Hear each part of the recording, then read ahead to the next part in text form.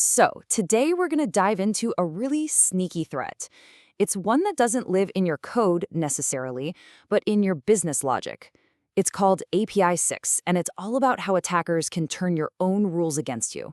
And believe me, the consequences can be serious. Let's get right into it.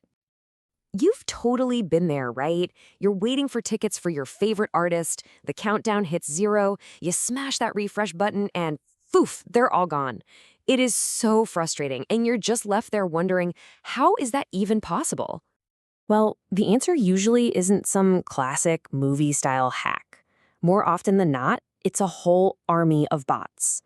And the crazy thing is, they're playing by the website's own rules. They aren't breaking in. They're just using the normal purchasing process, but they're doing it at a speed and a scale that no human could ever hope to match.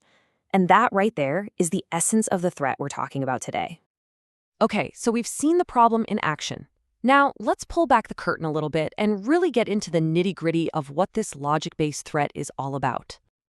So, according to OWASP, API 6 is all about exposing your most important business processes. We're talking about things like buying a ticket, booking a flight, or even just looking up a user's profile, and doing it all without the right guardrails in place. The key word here is abuse, not breakage. And this quote, it absolutely nails it. Your API can be technically perfect, written with the cleanest code, but if you haven't thought about how it could be abused at scale, it's still vulnerable. The weakness isn't in the code itself, but in the business rules it was built to follow. Now, it's super important not to get API 6 mixed up with its cousin, API 4. Think of API 4 as a brute force attack, right? It's like trying to knock down a door by just flooding a server with so many requests that it just gives up and crashes. API 6 is way more subtle. Each individual request looks totally normal, which makes it incredibly hard to spot.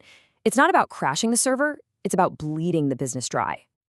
So we've got the definition down. Now let's look at how attackers actually use these vulnerabilities out there in the real world. All right, here's that ticket scalping scenario, but broken down. First, bots do their homework. They scout the API to learn exactly when a product drops. Next, the attackers get ready by setting up hundreds, maybe even thousands of accounts.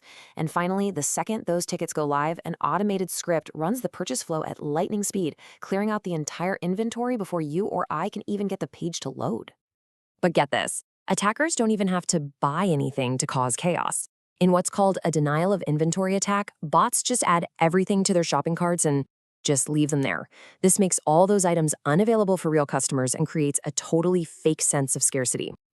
And this isn't just some made-up scenario. A huge, real-world example of this was the Duolingo data scraping incident. It's a perfect case study of an API working exactly as intended, but with absolutely devastating results. Attackers managed to scrape the public profile data of 2.6 million users. How? They just fed the API a massive list of email addresses, and the API helpfully returned all the user data associated with each one. So how on earth did this happen? Well, the Duolingo API was basically a perfect storm of missing security basics. It was wide open to the public, with no authentication to check who was making the requests. It had no rate limiting, so attackers could just ask for data as fast as they wanted. And there was no system to spot that someone was making a bulk query. Basically, the API was doing its job, but without any of the safety checks it desperately needed. Okay, that's the scary part. So facing a threat this subtle, how do we actually fight back? Well, it's not about finding one single magic bullet. It's about building a layered defense. The key is to think in layers. You can't just put up one big wall and hope for the best. You need multiple, different kinds of defenses, all working together, starting from your business logic and going all the way down to the network. And you know what's interesting? The very first step has nothing to do with writing code. It's about understanding your own business. You have to map out every sensitive workflow your APIs expose, figure out the potential damage if they were abused, and then rank them by risk. A password reset flow is obviously way more critical than a product search, and your defenses need to reflect that. Now, once you know what you need to protect, your number one, your absolute first line of technical defense is rate limiting. This is all about setting reasonable limits on how many times a single user or IP address can do something in a specific amount of time. But here's the thing. A one-size-fits-all approach just doesn't work. A smart strategy uses different limits for different situations. For instance, you might allow an authenticated user 100 requests a minute, but a single IP address could get 500. And for your most critical endpoints, like that complete purchase button, you lock that down with the strictest limits of all. We also have to get much, much better at telling humans and bots apart. This is where tools like Google's reCAPTCHA v3 come in. Now, this isn't your old school click on all the traffic lights CAPTCHA. It works invisibly in the background, analyzing how a user behaves to generate a risk score. Only the most suspicious traffic gets a challenge, which means a way better experience for all your real users.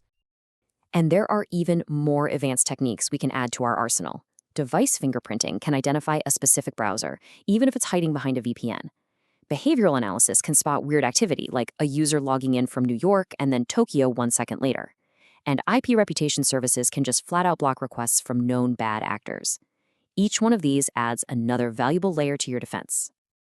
All right, let's zoom out and bring this all together, because it's really about the big picture.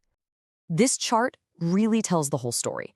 The direct technical impact of an API 6 attack might be fine. Your servers might not even crash. But the business impact? Whoa, it can be absolutely devastating, leading to financial loss, damage to your reputation, and a total loss of customer trust. So, the most important point of this whole explainer is this. You cannot code your way out of a business logic problem. Protecting your APIs requires a shift in your thinking. You have to start analyzing your business processes for how they could be abused, and design your systems to be resilient right from the very beginning.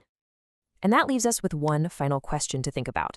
As you look at your own applications, your own APIs, you have to ask yourself, is your biggest threat hiding in plain sight? Not in a line of code, but in the very rules that make your business run.